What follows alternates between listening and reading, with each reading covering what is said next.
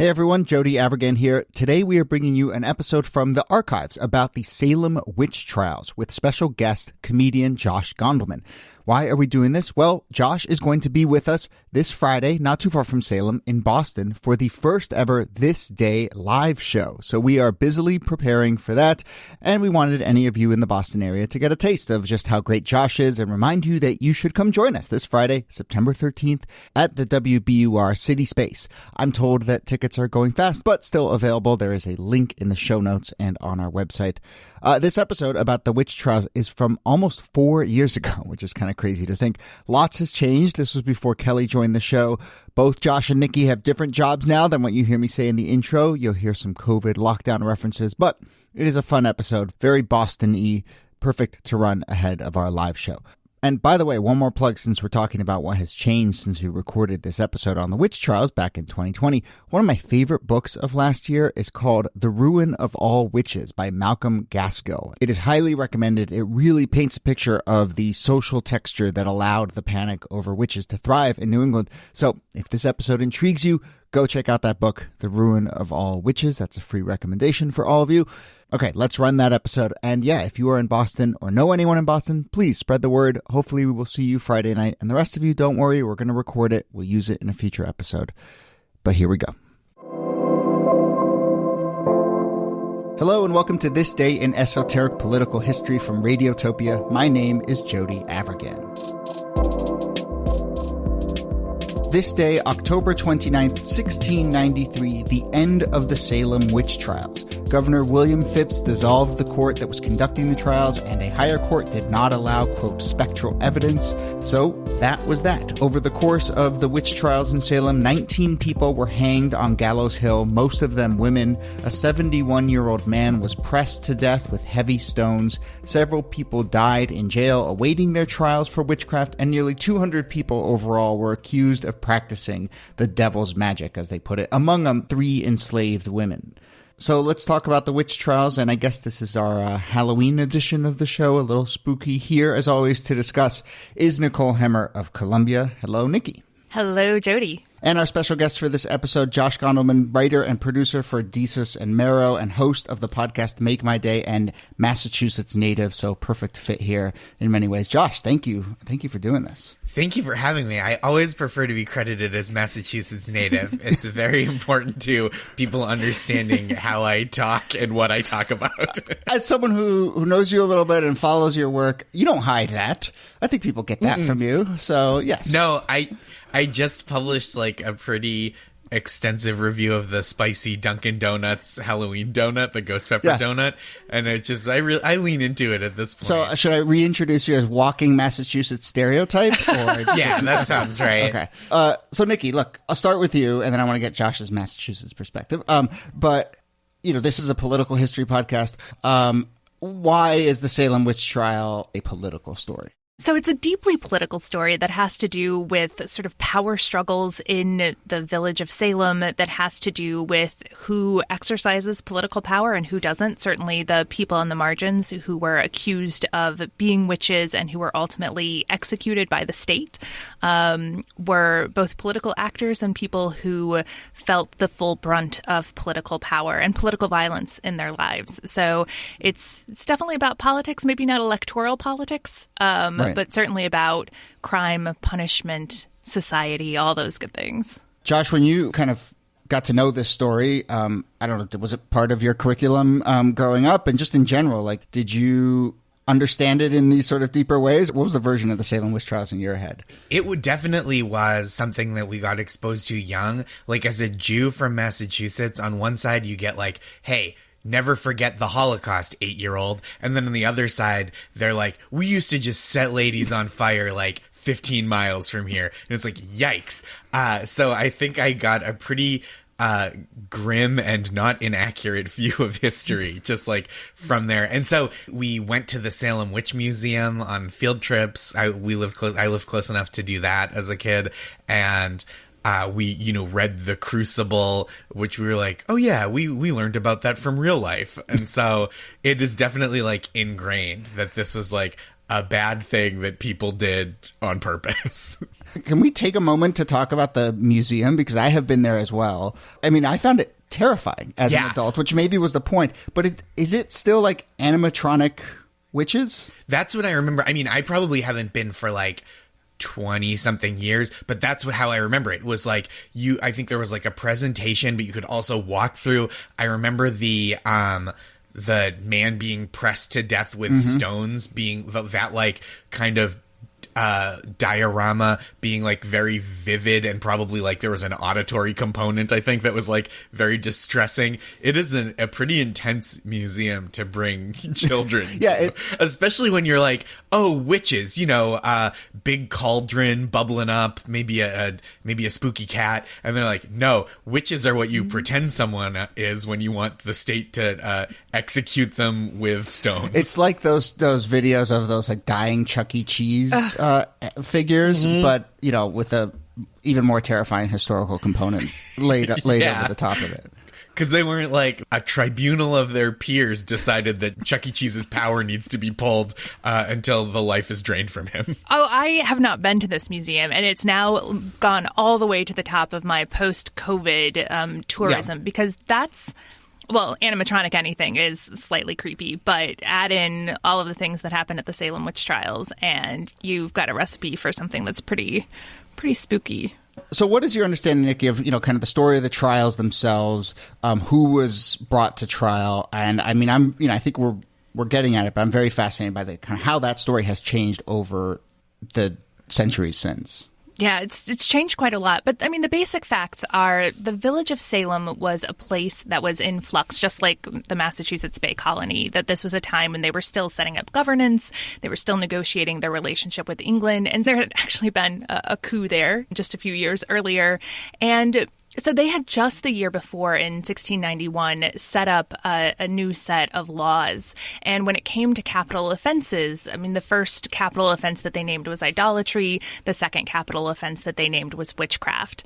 And so you get the sense that this is a deeply theocratic place, right? This is a place where religion and your fealty to specific religious norms and rules is actually a matter of life or death. And that's what happens here in the Salem witch trials. The very specifics are that some people accuse an enslaved woman and a very old woman of engaging in witchcraft. And over the course of several months, there are all of these trials to determine who's a witch, who's not a witch. And if you're found guilty, and 200 people were accused, and dozens were found guilty, you could be executed, and about 20 people were.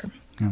Josh, what do you make of the fact that, you read the history of fear-mongering about witches. It's a centuries-long tradition, but here in the United States, there's this particular manifestation of it within a sort of legal context, within a trial context. I mean, why don't we read this and just see it as kind of mob violence or other sort of extrajudicial ramifications, but instead it goes into this very sort of procedural structure? Oh, that's such a good question. I think part of it is it feels like it seems like it's easier to divorce ourselves from the fact that like things like this are not so removed sometimes from like how justice works now. The levers of justice kind of predetermining the types of people they think are guilty and the types of people who don't get benefit of the doubt and who do. And so I think to tell it like almost like a ghost story that's true, it kind of lets us off the hook for the deficiencies of our justice system currently. That's like my first stab at that question.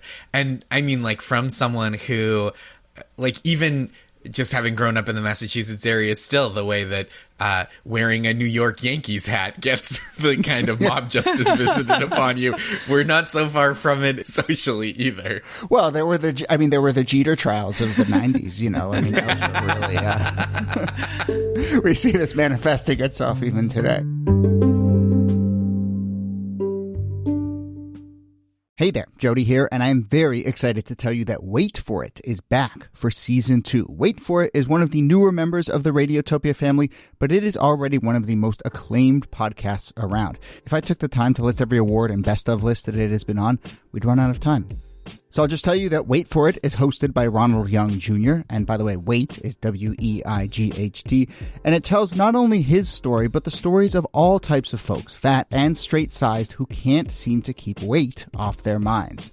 This season features stories about grief, fat camp, air travel, as well as conversations with brilliant people like Martinez Evans and Aubrey Gordon of Maintenance Phase.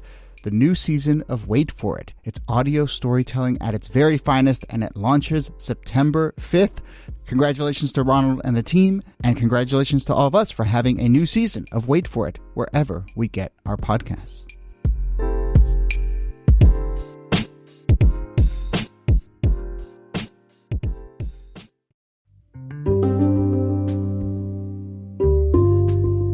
I just think that this is such an important point, Jody, because it's not mob justice, right? It's not like there's a witch and everybody goes and grabs her and kills her. What happens instead is that these ideas about the supernatural and the mystical and the religious are a fundamental part, not just of society, but of the judicial system. And I think that Josh is right, that we still have some lingering things like this. I mean, there's been a whole set of reforms in the judicial system today over things like hair evidence, where they're like, actually, we treat this like science, but it's just kind of bullshit. But back in the day, like, you had debates about whether spectral evidence, so like ghosts, could be used in a trial that would end in a person's execution. And in some of the courts, yeah, that was enough. Right. Well, that's the really fascinating thing here about this particular moment that we're marking when the court gets disbanded. It gets disbanded, and then the superior court, where these cases would essentially go, the court declared that it would not allow, as you said, quote, spectral evidence. But I mean, I find it so fascinating that the thing that ended the witch trials was not, oh, maybe there aren't witches. It was more like, well, we don't have the legal code to take on these kind of cases, so we're going to have to end this process. Right. Oh, they're still out there, and I wish we could nail them to the wall, but we've got to let these witches off on a technicality. Right, the soft on crime Puritans of the Massachusetts Bay Colony. Like, it's procedural, and the thing is, eventually spectral evidence would be no longer allowed in superior courts in Massachusetts Bay Colony, but for a while it was like, well, let's attenuate this. Like, you can still use spectral evidence, but it can't be the sole piece of evidence that a person is convicted on. It's more circumstantial than the kind of evidence we want in one of these trials. And I think it's a way of kind of hedging about this very important set of religious beliefs, right? If you believe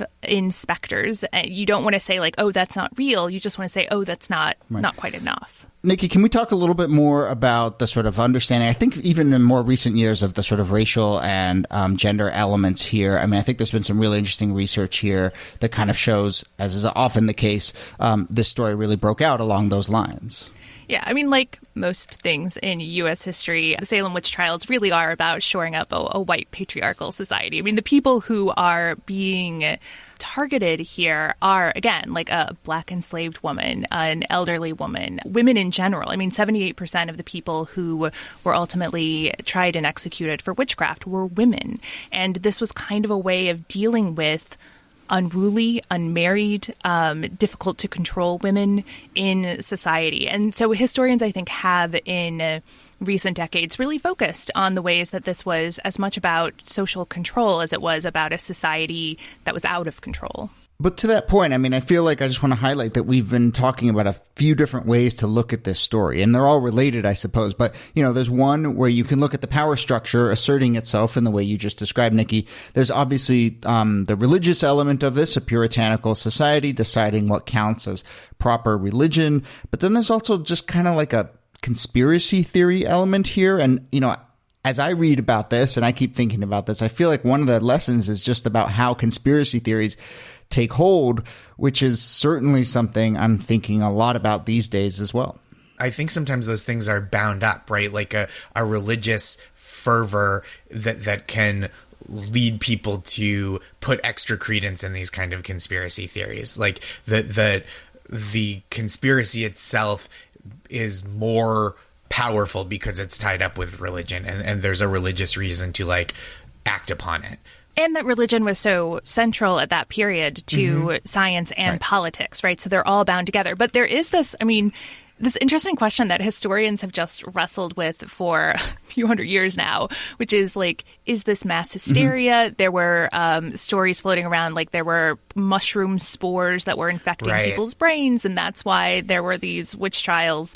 And then others have pointed to the fact, well, look, it's these marginal women who are being attacked in a community that had already been fraught with all sorts of other kinds of tensions and arguments and accusations.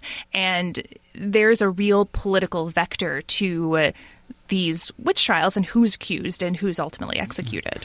You know, you started by describing, obviously, this is a moment when this country is in flux. People are figuring out society. And I feel like just that instability creates a vacuum and creates space for conspiratorial thinking, for the abuses of power. I mean, you know, we talked about the HUAC trials, right? And you have this moment where America is not really sure of its footing, and now all of a sudden people come in and can like use the wheels of justice to define what it means to be American. We're certainly, I think, seeing that now when we just have a sort of shaky sense of ourselves.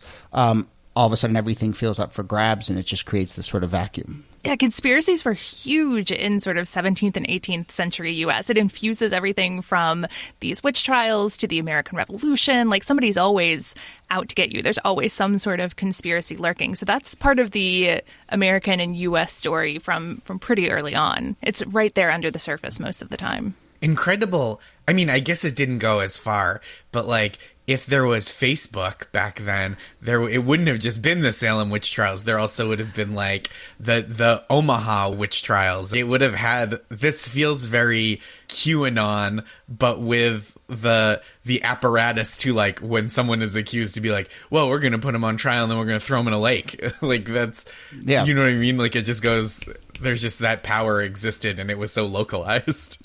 Right. Yeah. And I mean, it certainly would have spread a lot faster now.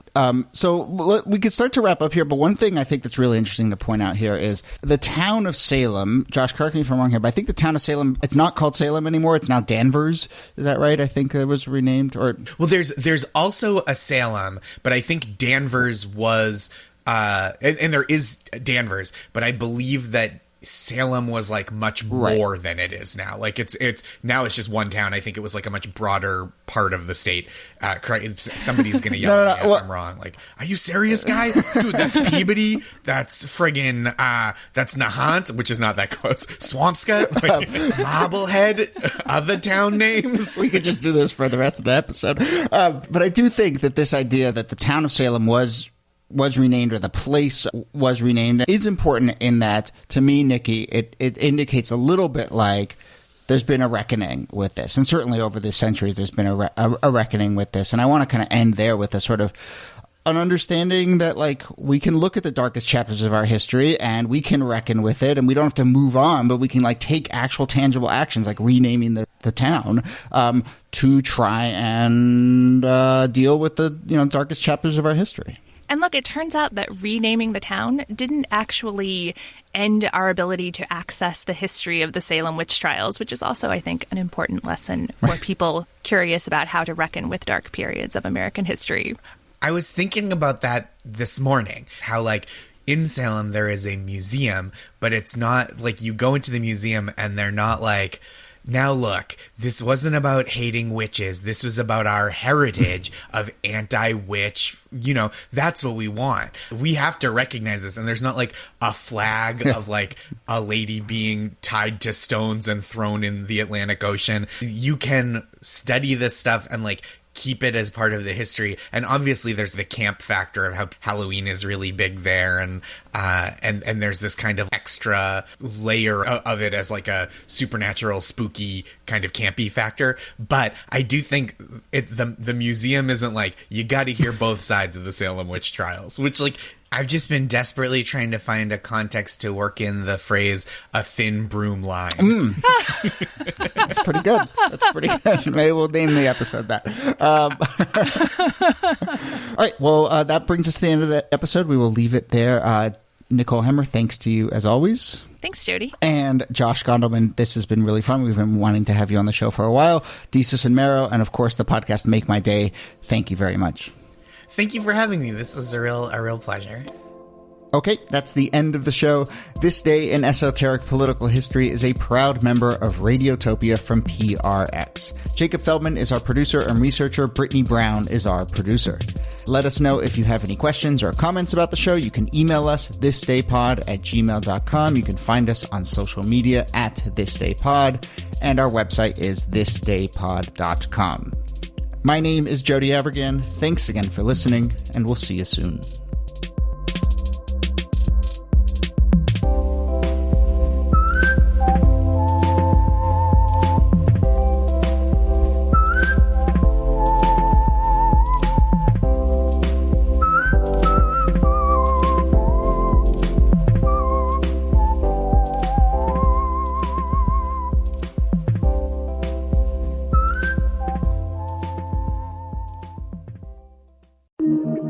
Radiotopia.